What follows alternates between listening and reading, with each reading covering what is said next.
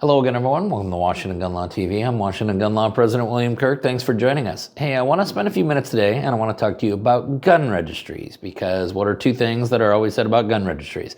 The first is the only reason you ever have a gun registry is because you're going to confiscate the guns at one point. That's true. The second thing is government officials will tell you there's no such thing as a gun registry. That is not true. And even though 18 United States Code Section 926 and the Firearm Owners Protection Act of 1986 completely and definitively prohibits them, our good friends over at the Gun Owners of America have discovered some information that not only shows that a gun registry absolutely positively exists, but it also shows exactly how they're going to use it to disarm you. So today, let's spend a few minutes and let's talk about the real gun registry and how they'll use it to disarm you.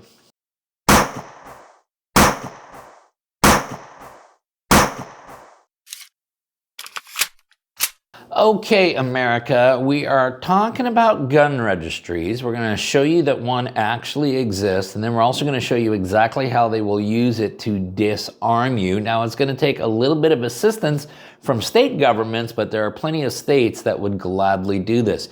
Credit for the inspiration for this video goes to the folks at ammoland.com, and in particular, author John Crump. We're going to link up John and AmmoLand in the description box below. If you guys aren't following John Crump, you should. He's doing really, really good work.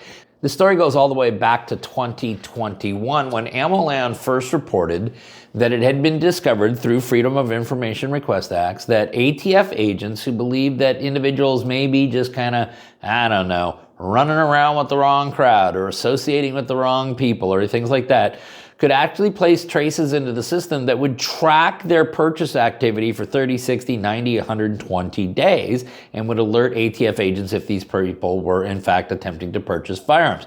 These were not necessarily prohibited individuals. These were people that the ATF just wanted to keep a really good eye on.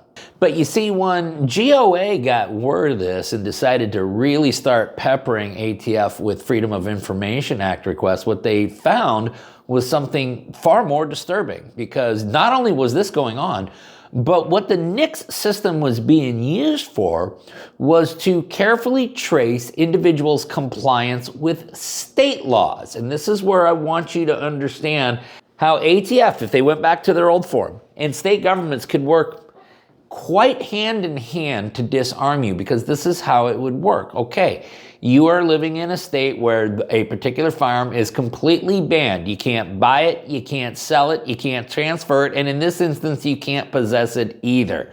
Now, let's say that the state had a grandfathering provision at one point, but they've decided to get rid of the grandfathering provision, or let's say they never had a grandfathering provision, or let's say they have a grandfathering provision, but it requires you to actually register your firearm with the state registry. Okay, and you've decided, I don't want to do any of these. Now, what I oftentimes say to people when we're doing videos about that kind of stuff is hey, how is state government going to actually know you're in possession of that type of firearm? Well, they will know because ATF can search that data and give it to them. And that's exactly what GOA was found was going on in the state of California, is that California officials and ATF agents were working in concert with each other, and they were essentially monitoring people through the NICS system to figure out if they were in compliance with California law. This had nothing to do with them trying to traffic machine guns or unlawfully purchasing short barrel rifles or other destructive devices or anything that would have been regulated under federal law. No, they were using a federal database to assist a state in enforcing compliance with their state restrictions. Now, if you don't believe all of this, understand this, and it's linked up in the story below.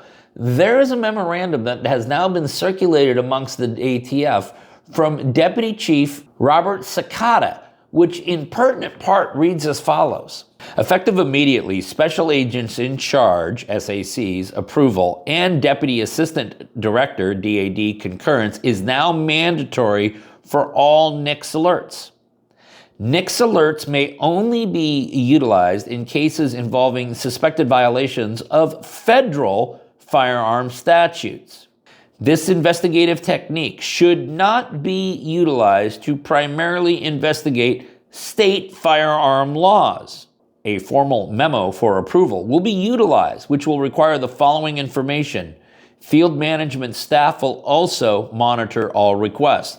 Okay, two things you can take away from the statement. Number one, this type of activity was going on. It was going on with some frequency. That's the reason that the deputy chief had to correct that activity. Secondly, the database is searchable so that it is, in fact, a registry. Because you couldn't do this type of activity, or the database would have literally no usefulness for this activity unless it was designed and searchable in a way that actually creates a federal gun registry, which is exactly what the Department of Justice and ATF has done. Now, I know many of you are still a little lukewarm on Attorney General Pam Bondi. I am not trying to sing her praises. I'm not trying to kick her in the shins either. But yet this is another move by her Department of Justice to try to secure Second Amendment rights of lawful and responsible American citizens. Because the memo from the deputy chief goes on to state, FMS will monitor all NICS flags and notify the SAC and requester of upcoming expirations. Renewal of the NICS alert requires SAC concurrence and DAD approval. This process will also be documented in a formal memo and processed through FMS. Instructions regarding the maintenance and purging of NICS alert information will be provided by FMS. Any current NICS alert may only be renewed utilizing this process. So obviously, this is a significant crackdown on the use of this system for these abusive purposes by an attorney general who has shown a willingness to try to preserve the Second Amendment rights of American citizens. Now, I know the jury's still out on her, and this is a work in progress, but in the last few weeks, we have seen significant improvements out of both the Department of Justice as well as the ATF. But even though this policy is going to be completely changed, that's for now. And it doesn't really solve the true problem here, because the true problem is not so much what an attorney general is choosing to do with this database. The problem is that the database exists altogether. And the database exists in a form in which all it takes is a political shift in the winds. And it's not a question of if, but it's a question of when.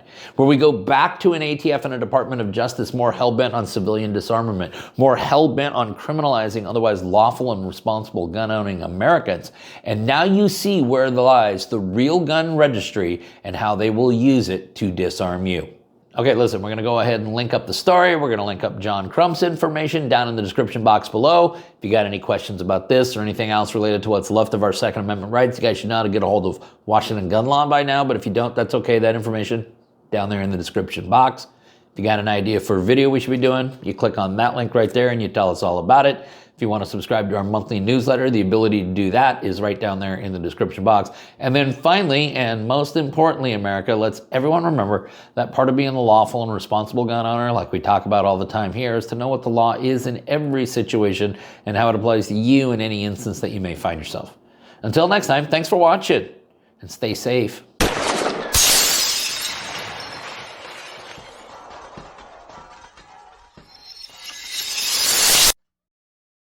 They're saying, you know, what happens is these people get involved in these situations and then they're just denied coverage. Yeah. And I think that the model of what some of these companies run, as far as they run like insurance companies, actually leads to that result a little bit.